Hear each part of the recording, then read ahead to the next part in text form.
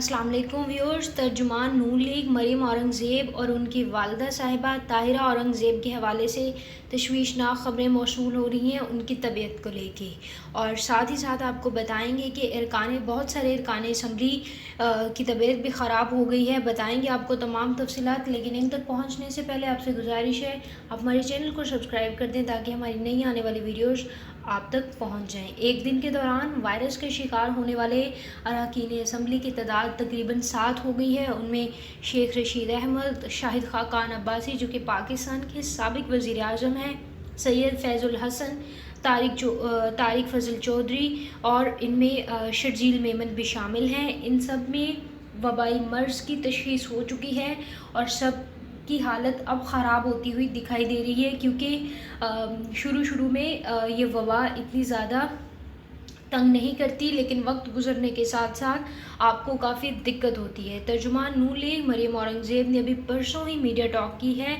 लेकिन आज उनकी तबीयत काफ़ी ज़्यादा ख़राब होने की खबरें मौसूल हो रही हैं।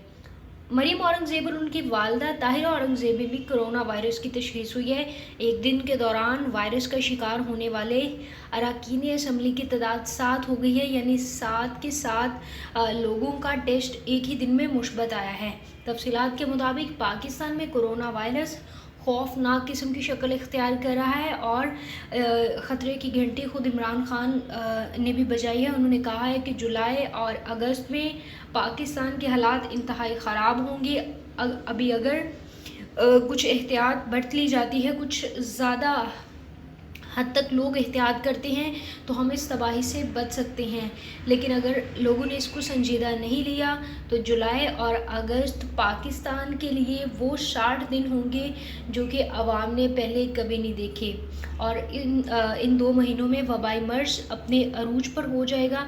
और ताहम उन्होंने ये भी कहा कि अगस्त के एंड पर कुछ अच्छी खबरें आना शुरू हो जाएंगी और पाकिस्तान में केसेस जो हैं वो कम होना शुरू हो जाएंगे, लेकिन फ़िलहाल बहुत ज़्यादा ज़रूरत है एहतियात की।